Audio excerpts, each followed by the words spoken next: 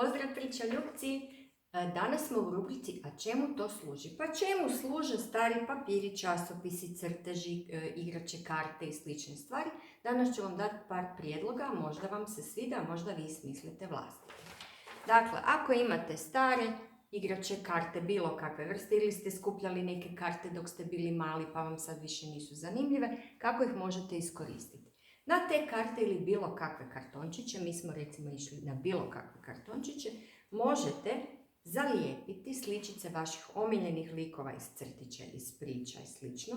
Mogu to biti sličice koje ste si isprintali ako imate doma printer. Mogu to biti sličice koje ste sami nacrtali.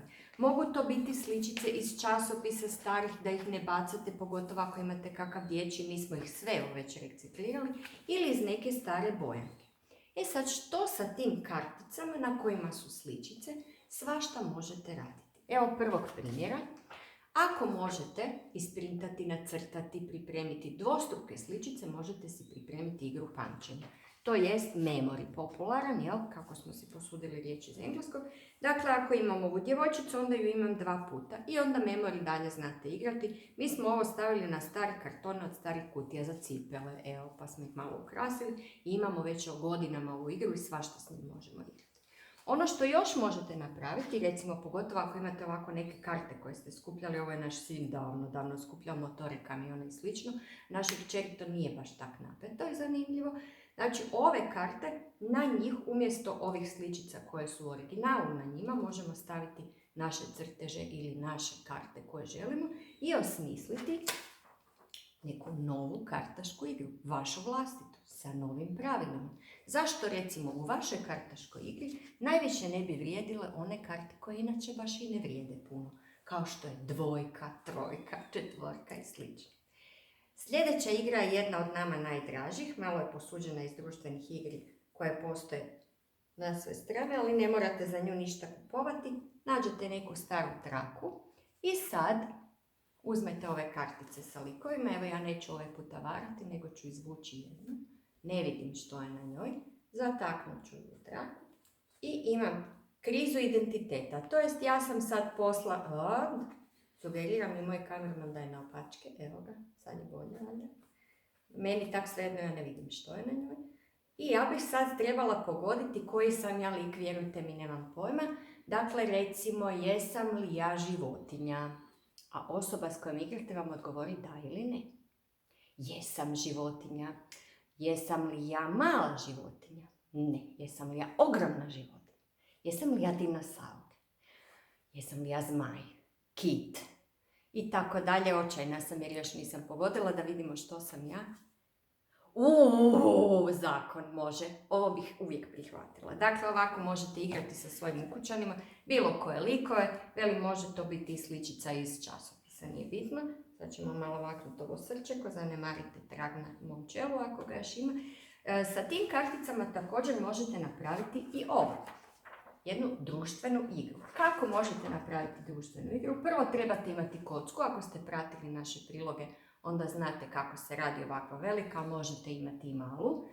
Tu kocku ćete iskoristiti uz razne figurice s kojima ćete igrati društvenu igru, a društvenu igru ćete uzeti neki stari kalendar, stare novine, bilo što, i onda možete staviti stazu na koju nacrtate svoje crteže ili zalijepite ove male kartice ili zalijepite sličice iz časopisa.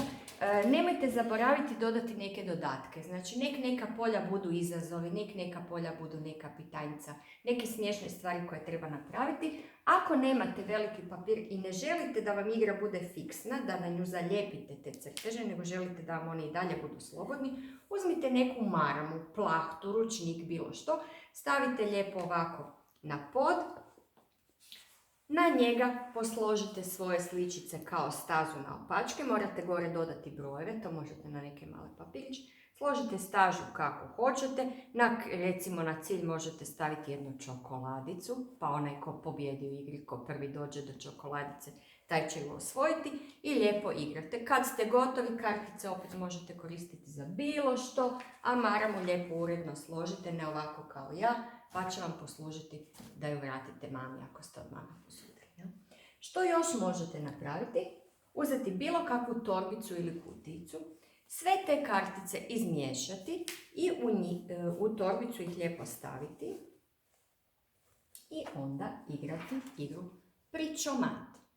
Pričomat je super stvar zato što ne možete igrati sami sa sobom, a možete igrati sa nekim drugim. Znači, izvučem karticu. Gle koga sam si izvukla, Dalmatinera.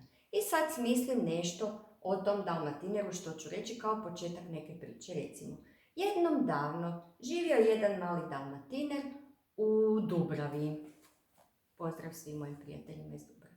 Onda moj prijatelj, sestra, baka, deda, tata, mama, stric, ko već s nama igra, izvuče drugu karticu i mora nastaviti priču. Dakle, imamo Dalmatinera u Dubravi.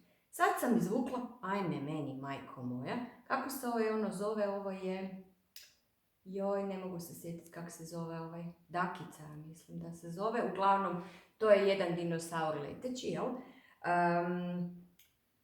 I sad treba nastaviti priču, na primjer, ovaj moj Dalmatiner oduvijek je želio upoznati pravog pravcatog letećeg dinosaura. Pa onda opet vi ili već treća osoba, koliko vas smije biti u sobi, izvlači sljedeću i nastavljate priču. Na kraju ćete svi zajedno složiti jednu zabavnu priču koja će vas sve oduševljavati. Evo, to je to. A zadnja igra koju sam pripremila zove se Blic igra. Blic igru možete igrati sa bilo kakvim crtežima, pardončak, Blic igra, evo ga. Dakle, Blic igra je doslovno blicanje ko sa starim fotićima kad vas je neko slikao pa je onako napravio flash blic pa vas je zaslijepilo. A ovaj put nećemo zaslijepiti, nego vadite kartice i brzo ih pokazujete onome s kim igrate. Ovo čak možete igrati s nekim s kim ste na mobitelu video pozivu. Znači, ovako. Priprema, pozor, blic. Samo ga blicnite slikom, a on mora pogoditi što je to. E sad, pitanje je li pogodila osoba s druge strane ili nije. Vi ćete čuti ako ste umreženi ili ako ste osobno zajedno, sigurno ćete čuti i igrati na bodove. To su bile moje ideje, a vi smislite nešto novo. Bog!